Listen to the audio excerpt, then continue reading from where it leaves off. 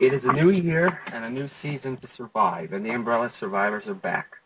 I'm Dylan, here with Mike and Kayla. Karen, again, is not with us because she's on vacation. And we all agreed that we wanted to have Season 2 be huge and explosive. And what better way to set off that bang than to have one of, if not the most iconic player in the Resident Evil franchise, the only voice of Claire Redfield for the past 13 years since her introduction in Resident Evil 2, legendary Alyson Court. Hi. You really have no idea how grateful we are to have you here, Alyson. We have a lot of questions for you, obviously, but I think it makes the most sense to start with how did you first get started with Resident Evil? In 1997, I got called in for a voice audition to audition for what was called the adventure game. And as you know, game companies are very protective and secretive when it comes to new products that they're making. So at the time it was called Adventure Game. And throughout the recording for Resident Evil 2, that's what I knew the product to be. I had no idea that it was Resident Evil. And it was a regular audition like anything else, a regular voice audition, and I didn't think anything of it at the time. I got the part, and when we recorded, it was the most bizarre recording session I've ever had in my life. Because we would get the script in batches. This huge stack of papers would come, and sometimes there were Japanese storyboards, sometimes not. And the story was, of course, not linear because it just depended on which part of the game they had developed by that point. That would determine what we were recording. So we had several recording sessions before the game was actually ready to come out. And because we had recorded it not in sequence, I really had no idea what actually happened in the game. And that was my original Resident Evil 2 experience. When you did, since you didn't really know what it was, when you got it, did it feel just like another job, or did it feel special somehow?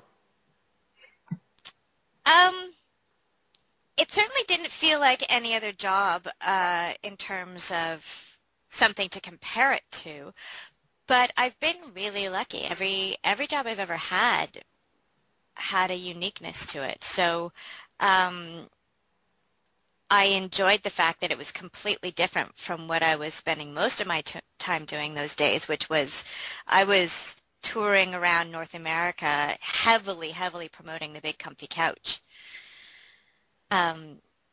So it was nice to come back off the road and go into a recording studio in Toronto and get to scream my lungs out. You know? That's typically frowned upon when you're entertaining 2-year-olds. I can imagine. Yeah. So I could tell there was something different about it, and also the fact that there was a room full of people from Japan, which I wasn't really accustomed to. Mm-hmm. So yeah, there were some unique qualities about it. And so were you familiar at all with the first game? Have you ever heard of it before? No. I didn't know anything about the first game. I didn't know anything about the franchise. So that's the funny thing. They could have told me that it was Resident Evil 2, and I would have been, yeah, okay, that's lovely. But as it happened, I don't know if you've heard the story of when I put 2 and 2 together as to what it was that I had actually worked on. I was at a conference in New York. I think we were probably at the Jacob Javits Center, and it was one of these trade fair shows. And I was there with one of our licensing groups for the Big Comfy Couch. And they had the couch there, and I was in full lunette getup, sitting on the couch, saying hi to people and doing autographs and photographs and things like that. And the booth directly adjacent to us happened to be a distributor for Resident Evil 2. And I heard my own voice. I heard lines of dialogue coming from the booth, and I was sitting on the couch with somebody who probably represented a big chain of stores that we wanted to sell to, and I remember hearing my own voice and saying, "Can you hold on just 1 second, please?" I hopped off the couch, ran onto the trade floor, kind of pushed my way through all these business people into this video game booth, and it was filled with lots of hotshot guys in suits looking really, really cool, and kind of thinking, what is this child thing doing here? This is a mature 18-plus game. Why is she here? And why is she running in the booth going, "That's me! That's me!" So, yeah, apparently that didn't go over so well. And some people got in trouble because I guess they went back to the team that was responsible for the recordings for Resident Evil 2 saying, "What the hell have you done? You hired a child clown to do the voice of Claire? Are you kidding me?"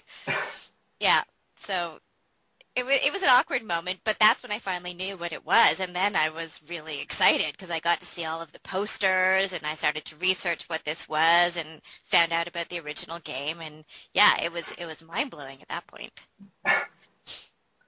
That's hilarious. Now I know Mike and Kayla have some separate questions for you. Okay. I'm going to ask this on behalf of Karen. She would like to know what it was like working with some of the other voice actors like Paul Mercier and Roger Craig Smith.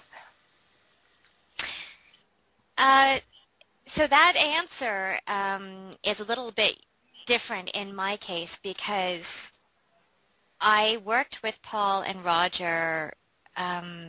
Actually, I didn't get to work with Roger or Paul directly at all. When we went to record Darkside Chronicles, everybody was in L.A.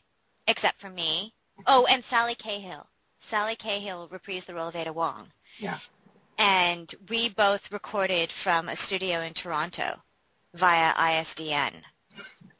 So Paul had recorded a lot of his lines already, and when I went to record the first part of the Darkside Chronicles, I got to hear Paul's lines back so that I could respond to them. But I never actually got to work with them directly. And it wasn't until a while later at an anime convention in Sacramento, SAC Anime, that we all got to finally meet. And that was wonderful. But they're great guys. They're fantastic. They're really, really good with fans and very dedicated to what they do. So it was lovely to meet them in person, but I have not had the opportunity of actually being in a recording booth working with them one-on-one. Not yet, anyway. Were you ever working one-on-one with Sally? With Sally, I've worked one-on-one on other projects.